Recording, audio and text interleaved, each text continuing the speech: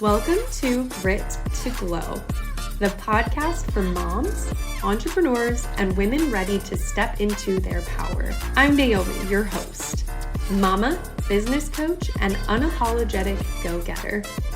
Here, we're keeping it real. We will dive into the unfiltered heart of motherhood, entrepreneurship, and some of life's messiest moments. Because let's face it, growth doesn't happen without the grit. But the glow, that, my friends, is the magic that we create. You can expect tangible life and business support, juicy insights, and the raw truth about what it really takes to build the life and the business of your dreams. So, let's get glowing. Welcome back to Grit to Glow. I am so excited to chat today for this next episode of the Seven Figure CEO series. Today's episode is one you are going to feel in your soul. So I'm actually sitting down with someone who embodies resilience, strategy, and really straight up radiance. This is my girl Kendra, and Kendra is a leadership and operations coach for visionary CEOs. People who are out here really doing all the things, right? But they're quietly drowning behind the scenes. And trust me, if you are someone who has ever felt the back end of your business is a hot mess, then you're not alone, number one. And number two, you're likely going to want to grab a notebook for this episode because Kendra has a background in both life coaching and an incredible gift for turning chaos into clarity. She helps high-level entrepreneurs really lead with confidence and build empowered teams, and also implement systems that are actually sustainable and support growth. So I'm really excited to chat more with you, Kendra, today. She's also a mama and wife, and many of our listeners I know are as well, and an iced coffee lover just like me. So you're going to fit right in with our audience. Are you ready to dive in? So ready. Yay, awesome. Well, so tell our listeners like a little bit about, what kind of your journey really. I mean, I know that that's such a robust question for you, but what drew you to the space that you're in now with the leadership and, helping CEOs with their vision in their business?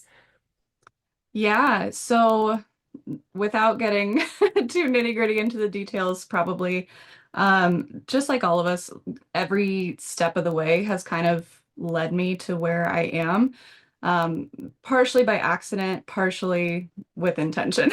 We can have the best set plans, but sometimes the pieces just fall into place. And I would say that's definitely what happened for me. I sort of naturally would fall into leadership roles growing up in high school, in college, in my workplaces. I would naturally have some leadership qualities as long as people wanted to hear what I had to say. Yeah. Sometimes that isn't always well received, but where it was, I would step up and I would care for people and nurture people and lead people in that way. And I guess the short version of what led me to where I am now is that I have always kind of had an entrepreneurial bug, I would say. I would always look for ways to improve wherever I was when I had a job. Like I said, sometimes that was well received, sometimes it wasn't. And so I would really thrive in positions where I was able to see patterns, see inefficiencies, and really make them come alive. And like I'm a fixer, and that translates to systems and processes and people as well. Like I'm also like such a deep thinker and feeler.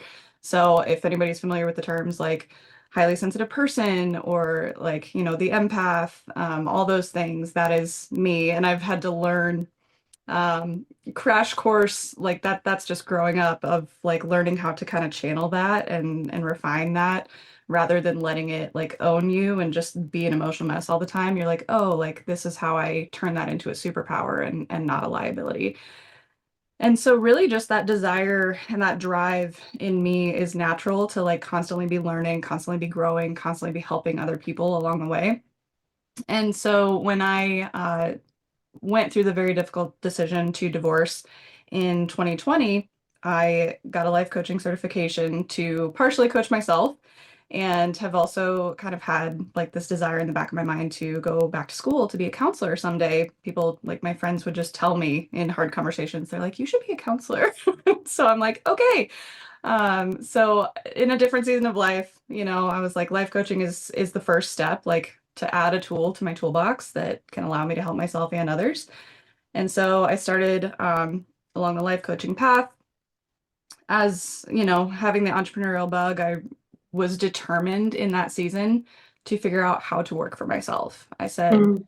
how can I make money doing what I'm already good at versus having to put my son in daycare and go work for somebody else? Because I knew daycare is expensive, like, and no shame to anybody who does that. Like, I'm a firm believer that like you have to do what works for you in your situation. But for me, I was like, I don't see the trade-off of paying somebody to watch my kid for, not having time with them. Like, especially Yeah. when he was, really little and like 2 years old, I was like, that time is so precious to me. Like, how do I figure out how to work and stay home with him?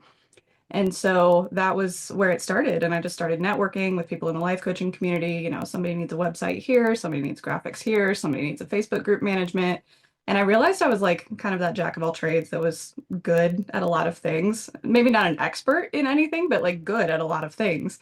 And that was part of it too, was realizing like that's actually a strength. Like that's not a weakness. I'd always been told, jack of all trades, master of none is like not a good thing because you're not a Mm. specialist. And so I wrestled with that for a while too, of like, actually, this can be my superpower because I see the gaps and I see the glue and I can be the connection piece that a lot of people need. So yeah, that was part of my entrepreneurial journey too, of realizing like I can do more as I grow. Like I started with simple admin work, like, okay, learn. Every opportunity and every experience was a learning experience. And then as I grew with, clients in their businesses and as they grew in their leadership, I was able to see like, oh, like I'm actually really good at operations. I'm actually really good at Mm. pulling the sales department to the client success department, like I was really that glue in between and it just took experience to see that. And I'm so thankful to have clients that were able to grow in that with me and they were able to see like, hey, you're actually not good at managing my email inbox. Let's have you do something else. And so I'm like, Yeah. yes, please, thank you. So yeah, all the pieces led me to where I am now and just being willing to constantly refine and search for that next thing. Yeah, that's amazing too. And it's such a testament. I think it's oftentimes we like when it's outside looking in, it's easier to see certain parts of your story as like, wow. And when you're in like living in it, you tend to almost like downplay like the strengths that you have. And like, so as I'm listening to you, I'm just like, it's really cool to even just hear, the determination that you had going through this big life change of like, I'm still going to not quote settle for less than what I want in my life. Like, you're acknowledging like everybody has their own path, but my path wasn't that. Like, I don't want to settle in my life for putting my son somewhere else and having somebody take care of him and like trading, the time for money to pay for them to do that. And so, how do I figure that out? And so, I just think that that's super admirable because, it is easy to just be like, okay, that's just the way it is. And that would also be fine, right? But at the same time, I think it speaks a lot to your leadership, and your determination that that was, the path that you chose to take and be willing to, put in the work to figure it out. So, I Yeah. think that's great. So I'm curious, what were, in terms of navigating like the season of divorce and motherhood and like a new business and all of the things, like what were some of the early challenges that you faced with kind of having to learn how to wear all the hats? Good question. Um, I would say, first of all, taking ownership was Mm, really the first challenge. I didn't actually see it as my own business until last year. Like it was a good like 5 or 6 years of being like, oh, I just kind of do this thing, or like yeah. treating it like a hobby. And realizing that like, no, like I actually, it's in my best interest financially to start an LLC. Like I can do this. I am capable, I am equipped, like I am worthy of treating it like a business and treating myself like a business owner, like that was a big step. And like I said, Mm. it took 5 years to get there. So I think that was definitely a challenge that I wish I could have been aware of sooner to be like, no, actually, if I just gave myself permission to take the reins and run sooner, like I can't imagine where I'd be, you know. And Yeah. you know, no shame for that either. Like everything takes time for us to learn. Um, but yeah, that was an early challenge was is really giving myself permission to own what I wanted and own my role.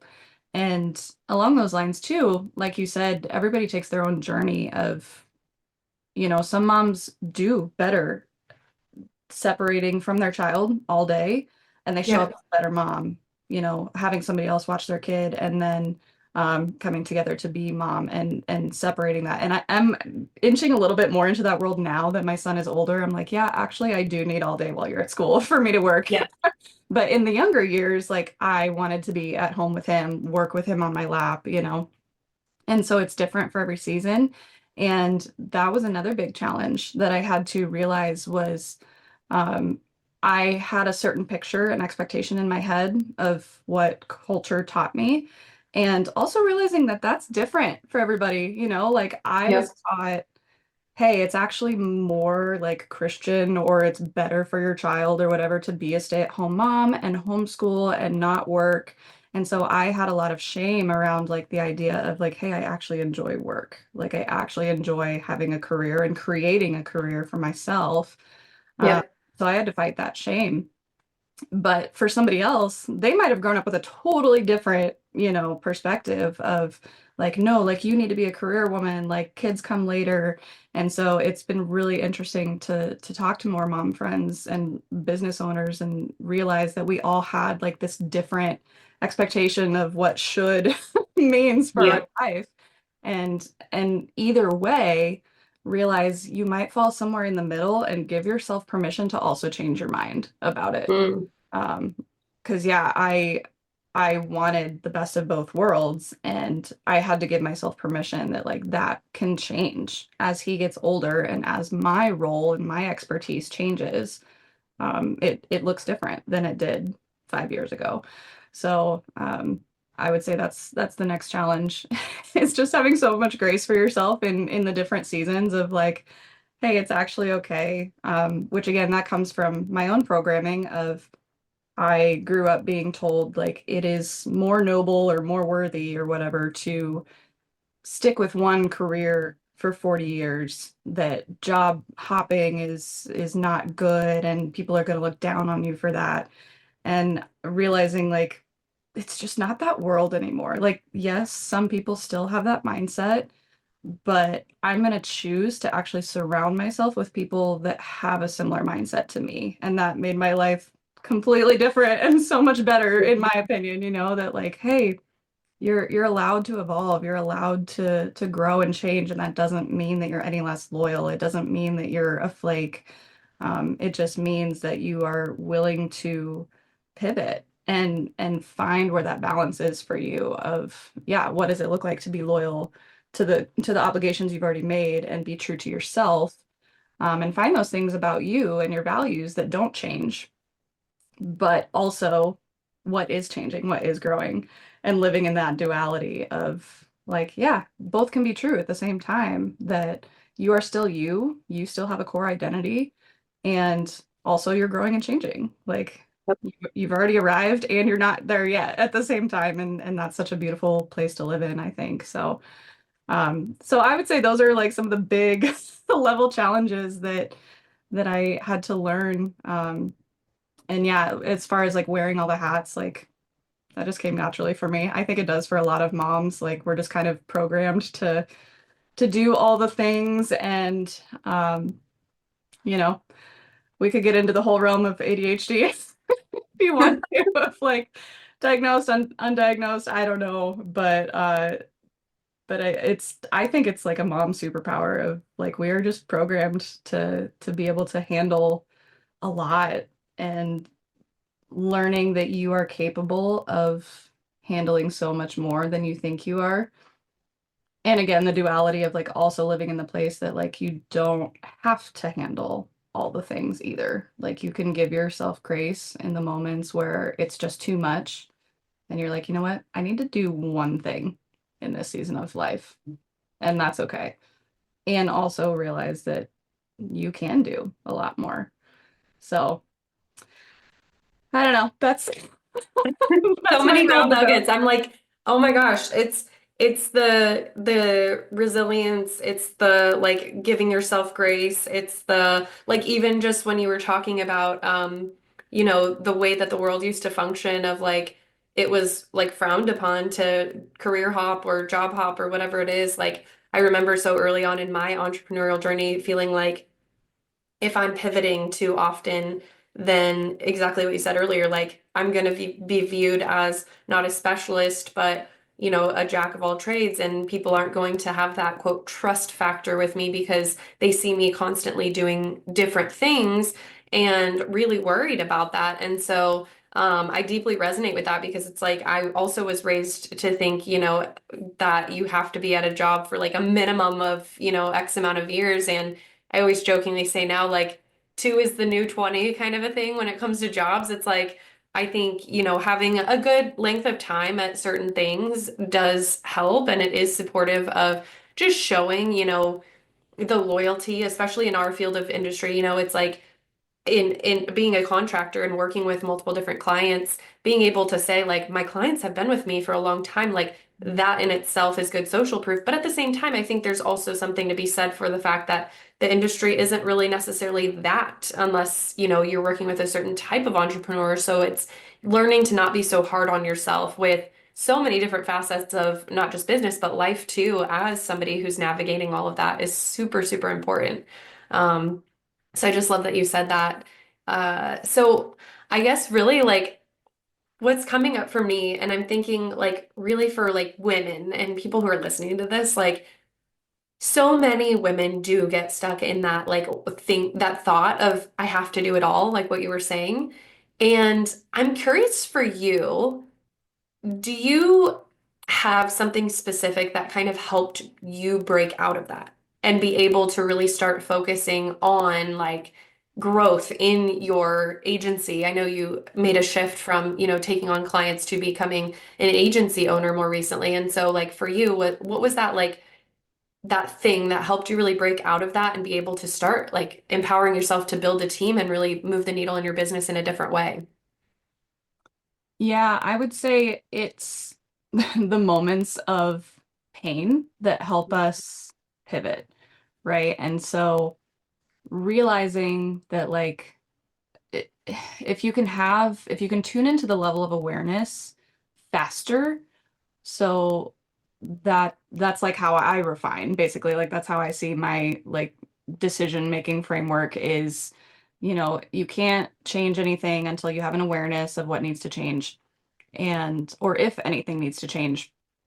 And so when you're just kind of going, you're pushing, you're hustling, things can go really well until they're not. And for some people, that looks like burnout. For some people, that looks like being stuck in a different way, like maybe you're not getting clients or like whatever it looks like, you hit a stuck point, right? And so that's where you go, okay, what do I need? Do I need a business coach? Do I need an operations person? Do I need a VA? Do I need sales training? Like it could be anything. There's so many different pieces, or maybe it's mindset. Like maybe I need mindset and leadership help. Maybe I need counseling because the rest of my life is falling apart, you know? And so I think it's being able to identify and just being willing to try, those different things of like maybe you don't know what you need, but at least try something and then be willing to pivot. And so um ask me the question again because my brain just went off the rails. Totally fine. Really just, the concept of having to do it all, I was just curious, like, did you have something specific that helped you break out of that to really be able to empower yourself to, start building the team that you're building? Yes. Okay. So when you get to that pain point of like for me, it was burnout, realizing I have these big ambitions. I finally took ownership of like owning a business, and I was so excited to take on more clients and more work and increase my revenue. And then it was like, I hit my ceiling. Like I am at max capacity. I am working 14, 16-hour days. This is not the life that I wanted. Like my goal was to, make more for less of my time. And Yep. so that's where I'm like, how do I duplicate myself? Okay, I need to transition my business model so that I can bring on a team that, even though I hadn't done it before, I've done it for my other clients where I'm like, hey, I've actually brought in other assistants to help me in their business. So now I need to do the same for me to bring in a team that can help all of my clients. And so just being willing to shift like the whole model of everything is like, what do I need to actually bring me back into my time, into my sanity? And also, like I have talked about in the process of refining and growing, is learning that my skill set grows just as everybody does. And so, I was doing a lot, like I'm doing a lot of the tasks and realizing, at every season, it's going to look different for everybody, but at some point, there's always going to be somebody that's just a few steps behind you. There's always going to be people that are a few steps ahead of you, but as you grow, you can bring somebody in to be that support that's just a few steps behind you that you're teaching and they're learning and growing alongside you. So you can pass off some of those tasks that are no longer your genius zone. Maybe they were your genius zone to start with. But just like I started in admin work and like doing basic graphics, I then grew into operations. And so now it's a journey of bringing in a team member that is just a few steps behind me, like no less capable, no less qualified, but they just don't know what they don't know yet because I've been in the entrepreneurial world longer. And so it's finding that team that can support you. So they're sitting in their genius zone and you're sitting in your genius zone where I'm now able to do higher level tasks where I can say, hey, I can step into somebody's business and immediately identify the gaps, which I wouldn't have been able to do 2 years ago, but now I can. And so just being willing to like recognize that your seasons change and your skills change. And when you need to start getting your time back and doing the things that light you up. Like that's what I would say the awareness piece is pay attention to the things that become drudgery zone. Because for a long time I was like, I used to love doing this. I used to love doing graphics. Like, why do I not want to do this anymore? But instead of shaming yourself for it, be like, oh, I've just grown.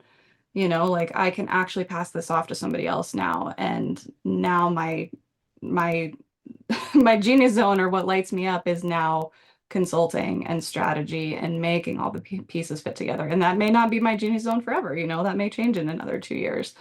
So yeah, so that's what I would say is like, hey, I hit the level of burnout. Like I had to realize that I couldn't, like I'm only one person and I only have so much capacity. And so then you gotta figure out how to scale.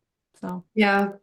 Yeah, I love that. And it's so true, right? I've seen that myself in my business a lot and like I think there is that piece for any entrepreneur as things shift. Like I even think, I have a girlfriend that did like health and wellness coaching for a long time and she recently pivoted into like business coaching. And so even that like it's that thought in your head of like it comes up often. Is this the right next step? Like, am I qualified enough? And I think what you said is such gold here because I remember going into my business, starting my VA business, and thinking, like, if I can just get on the phone with somebody and they just hear me, like, talk to them about, my excitement and my willingness. Like, I used to always say, everything is figure outable. And if you haven't read that book, like, definitely a good read. But I believe it because I think that work ethic will always trump knowledge because you can get knowledge with work ethic. You can't yes. make somebody have strong work ethic. They either want to have it or they don't. Somebody either innately is like self-motivated or motivated by certain things or they're not, right? But if you are somebody who's willing to show up and figure it out, that is teachable. And so I think there's so much of what you said that's true and it's so important is like remembering even if, you know, you're a business owner and you're looking to hire somebody versus somebody in our field of industry who's, helping support business owners, when you're hiring someone, having that mindset too of like, I want to work with the person who's willing to show up for me and to figure it out along the way and to grow with me and be able to move with me through the different seasons of my business versus just being like, the person that only does this and then having to figure out all, maneuvering the other things. It's such a special trait and one thing that really makes you unique to you, you know? So I think that that's amazing. And I think it's very interesting that, you know, we have such a similar story in our passion for like doing our business alongside motherhood, but also having this almost like jack of all trades kind of trait Mhm. about us where it's like, I really resonate with like I don't actually really want to be the expert of just one thing. There are things that I'm wildly passionate about, but I'm much like you where I firmly believe in leaning into the intuitive growth that's happening with me and like as I grow, my business grows as well and just really being able to like almost make it fun and it's a journey, right? It's like none of our clients that you and I work alongside of are just this is my business and it's just what it is like there's always evolution, there's always things growing, and you look at major companies, right? It's like Apple doesn't have the same product that they had when they started out, and like yes, they're known for tech stuff, but it's like they started out with one thing and they've evolved and grown and they've changed those products with the trends and upgraded things as things have evolved, so it's no different, right? And so I think especially as entrepreneurs we tend to be more hard on ourselves about that change and that evolution. And it's like, really, it's kind of silly. Like, why are we beating ourselves up over something that's literally how major high level corporations and businesses are successful? Like, that's what makes them successful is the willingness to evolve and learn and grow constantly and not stay the same, you know? So I think that that's absolutely amazing. Really thinking about you and like the way that you are, stepping into this leadership role, what would you say is, the biggest thing for a woman who is kind of stuck in this season of maybe they're feeling a little overwhelmed with their business or like they are, essentially like I know I could say for myself at certain points in my journey, I'm like, I'm borderline drowning. Like there's just all these tasks, right? You were talking about, the long hours earlier. So somebody who is in that season of feeling like, man, there's a lot happening behind the scenes. Like, is this normal? Should I be like doing something about it? Should I just suck it up? Because that's what the entrepreneurial journey is. Like, to you, what are those, warning signs that you're in that phase of like being ready to hire? And like, what does that first step look like getting out of that? Hmm.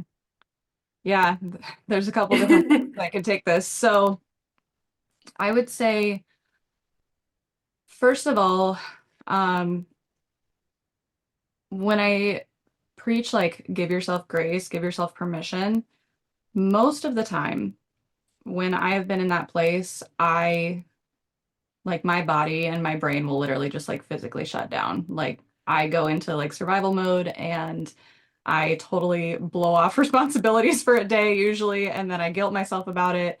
But and my counselor and I literally call it like just take a guilt day. Like you need to guilt yourself so bad for a day that you then like get going again the next one. So I mean, I don't know if that's healthy or not, but it's what I do. And what I realize in those moments is that typically things will not fall apart if you just take a day. Like realizing you feel like you're pulling your hair out, you're spread too thin, take some time. And it's so hard to be like, but I gotta do this. Take the time. Like things will not break, things will not completely fall apart if you just take a day to chill out and like ignore your responsibilities for a day. Even if you had a deadline, granted, caveat, like decide what is actually like life altering important.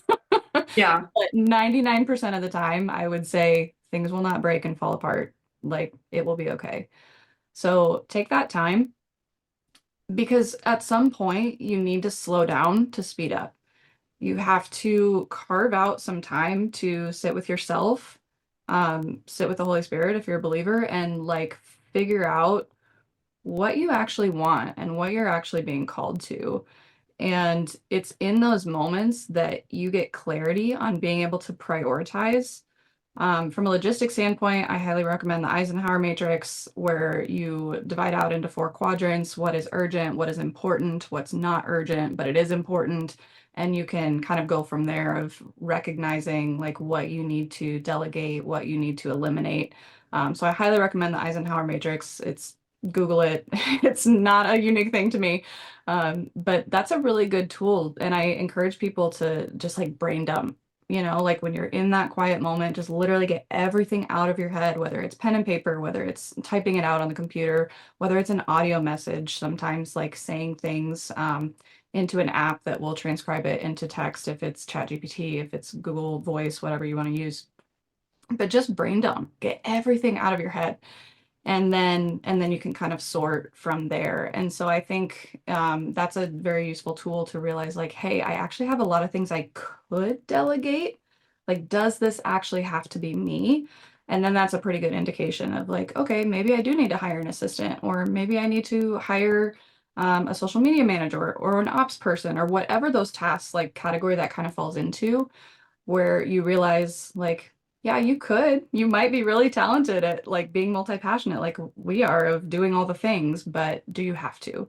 Because at some point, like what got you to where you are now and the levels of success that you have now does not continue working to get to the next level of your success.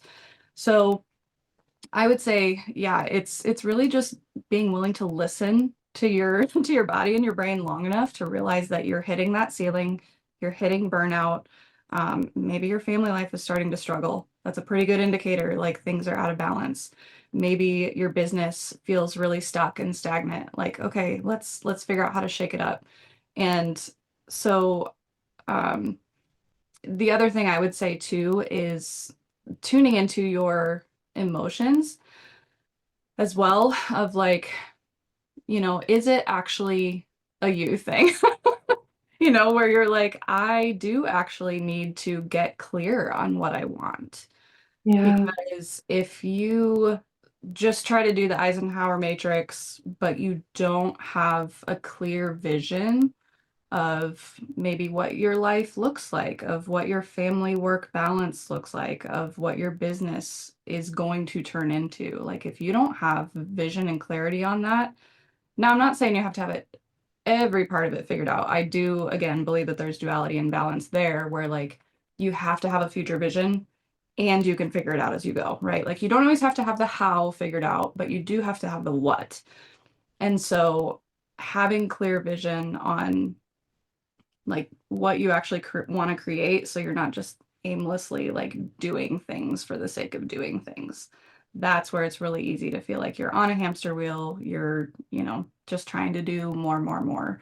And I actually coach a lot of clients on this as well, is realizing when you're in your proving energy, when you Mm. feel like you got to put your best face forward, you got to put a mask on because you don't want anybody to see whatever it is. Like, you feel like you have to prove yourself. And sometimes that can be really good motivation for people of like, I'm going to make a business despite mom and dad telling me that I could never do it, or whatever your story is. Sometimes that can be really good fuel for a time. But the deeper issue I see in the long term is, are you actually secure enough within yourself to say, this is what I want? I'm not doing it because of them. This is actually what I want and what I feel called to create in the world. Because I do think we're all called to be creators in some aspect. Maybe it's like, more artsy and creative, and maybe it's more logistical and tactical, but I think we all create on some level. And so it's like, are you pouring into yourself enough to have abundance to create out of the overflow? Um, so that's what I would say, is like having that clear vision, making sure you're pouring into yourself and you're having that balance of like absorbing and learning so that you can pour outward. If you're just constantly doing, giving, creating, you get empty. So, just like they say on the plane, put on your own oxygen mask first. Um, Yep. Sometimes that looks like the basic self-care of like some bubble baths and, once in a while. And sometimes it looks like really deep introspective healing work. Like, it can look a lot of different ways um, in my experience. So that was a lot. Take from it what you need. Yeah. Yeah. No, and I think it's so good. I think, with so many people who are listening to this being moms, it's like we know better than anyone else how easy it is to continue to attempt to pour from an empty cup and like give and give and give. And it's like, nope, you're dry, like bone dry. It's been dry for a minute. So Yeah. serve you. And when you do that, you will serve others tenfold better than you would have. And just allowing yourself that, because I think we tend to have this like guilt about it, but it's like, there's really no reason for that because yes, we were created to be, that nurturing figure in a household. Like by nature, women are nurturing, but it's at the same time, it's like, it's okay to nurture yourself too. Like somebody's got to nurture you. And if no one else, then like it has to be you. And so giving yourself permission to be able to do that is so important. And I think it is really important too because it allows you to live in the world and be able to really do what you said, which is create and have the energy and the capacity to create and to serve to, whatever it is your calling is. So I absolutely love that. And I think so your agency is Radiant Virtual Solutions, right? Mhm. So I'm curious, what like prompted your decision for that name and like what does being radiant really mean to you? Yeah, great question. I came up with the name actually from my engagement ring, my wedding ring. So, like I said, divorce is part of my story. I met my now husband yesterday was our 3-year anniversary of our first date. And when we went engagement ring shopping, this was the cut of diamond that just really stood out to me was the radiant cut. And I didn't really think much of it at the time. But yeah, our relationship has just been so like redeeming for me of, complete contrast of what I had before and just such a picture of God's grace every day that keeps me humbled of like, I thought I was going to be single forever. Like I did not expect to find this and it's not perfect. We actually have more conflict than I probably did in my first marriage, but in a healthy way. Like we've learned how to Yeah. repair quickly. We've learned how to like actually work through healthy conflict and it's so beautiful. And so I say all that to say like yeah, it's just been so redeeming and restorative in my personal life and my story. And so when I was talking to my counselor about it, like I told her like, "Oh, we got engaged." And I show her my ring and she immediately just like started crying because she was like, "That's what you are. Like you're radiant. You've got all these different facets to you that make you just shine." And I was like, "Okay."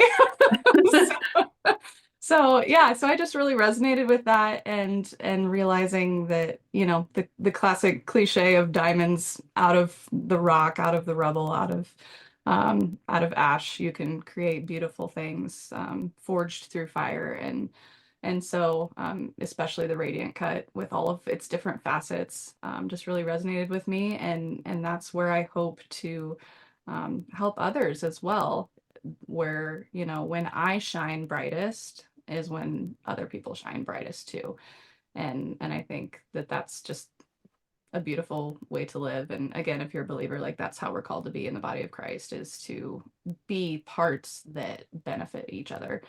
And so yeah, that's where I hope to help business owners shine as bright as they possibly can. I So love that so much. Such a cool story. Well, thank you so much, Kendra. Today was absolutely amazing. This conversation was so powerful. And I know that so many people are going to have so many strong takeaways from it. So before we wrap up, can you just quickly share with our listeners where they can connect with you and, how they can work with you if that's something that they're interested in? yeah, so I am currently transferring over my website, having my team help me with a new one. It will be at radiantvirtualsolutions.com or radiantoperations.com. They're both going to go to the same place, whatever is easier for you to remember. So find me on Instagram at Kendra Cherie or at Radiant Operations. I'm in both places. So I will have some workshops coming up that give business owners their CEO Power Hour to audit their business and get a 90-day action plan and get my one-on-one eyes on their business in a quick 90 minutes. So hopefully that is a takeaway that will be very helpful for a lot of people. Amazing. Well, thank you so much for coming on today. This was so, so great, and I cannot wait to talk to you really soon. Awesome. Thank you so much for having me.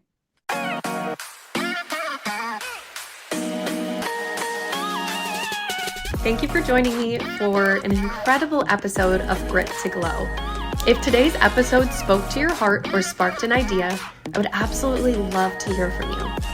Be sure to screenshot this episode and tag me on Instagram at Naomi Firm. I always love connecting with you guys, so don't forget to subscribe so that you never miss a moment. And if you feel called to it, please leave a review to help more women like you find our show. Remember, the glow up is yours for the taking, so keep going, and I will see you in the next episode.